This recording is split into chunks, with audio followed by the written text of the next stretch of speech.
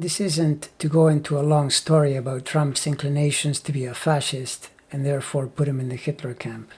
Nor is it meant to be an exhaustive comparison, which I do think would be very interesting, but I will save that for a later date. Here I am simply trying to show a couple of key transits during key moments that their respective charts share, and which may turn out to be quite telling. If you've seen my videos, you would have come across references to the zenith, the point in the sky that is most perpendicular, most elevated when we are born. It is at the degrees that precisely square the horizon, the ascendant and descendant, of any chart. For comparison, the midheaven is also elevated, but can tilt left or right of the zenith point, depending on where you are on planet Earth. In Trump's chart, the zenith is at the very end of Taurus, while the midheaven is around 24 degrees of Taurus. In Hitler's case, the zenith is around 27 degrees Cancer, while the MC is in early Leo, around 4 degrees. Hitler gained power in the decade of the Great Depression, the 1930s, and a quick scan of the ephemeris shows you Neptune transiting through Virgo and therefore in trine to his Taurus planets, Sun, Venus, and Mars. Neptune tends to be indispensable for a politician's popularity, and indeed, during that decade, the German populace was fully behind him. By 1942, Neptune had entered Libra, and the war was starting to go badly for the Nazis. It's not like Hitler lost his popularity in this case, though perhaps if they had taken polls in which Germans weren't scared of being killed for telling the truth, he might have. But what matters is, the sign switch of Neptune was really bad news for the Führer, and it was confirmed when upon reaching 6+ degrees in early 1945, Hitler went down into the bunker and basically never really came out.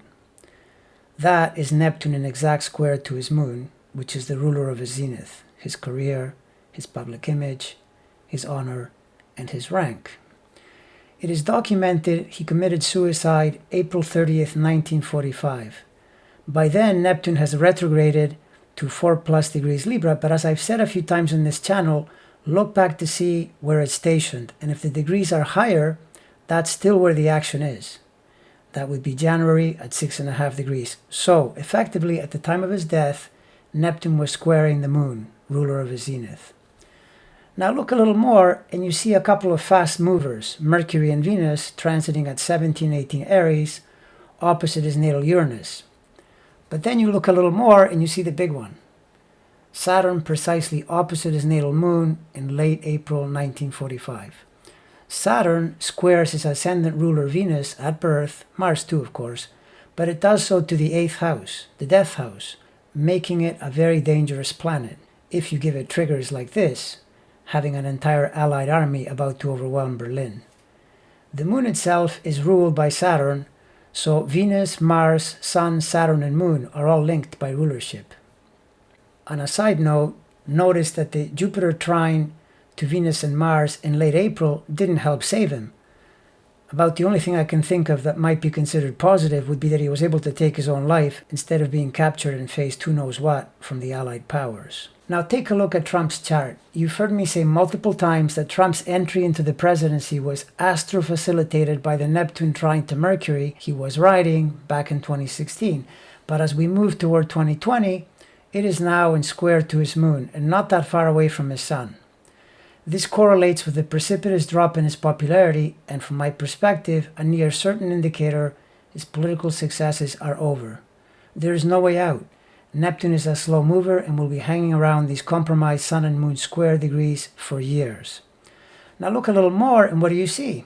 Saturn, a tenant of the difficult 12th at birth, is transiting in precise opposition to his zenith midheaven ruler Venus, which is also a tenant of the 12th. You would have to say this is really bad news, especially because we already see him downtrending badly, failing to get any traction, and mostly making things worse each and every day. And this transit comes at the most inopportune moment, when he really needs some luck and when people's approval would be pivotal. I'll tell you though, nothing like Neptune turning on you at the same time as Saturn, a planet that is implacable, applying karmic consequences. And notice it has already been in these opposite the ruler of the zenith degrees earlier this year, but will now park solidly there from mid-August all the way past the November 3rd election date. Indeed, on election day, it is precisely opposed. Good luck, Donald. You're gonna need it, but you're not going to get it.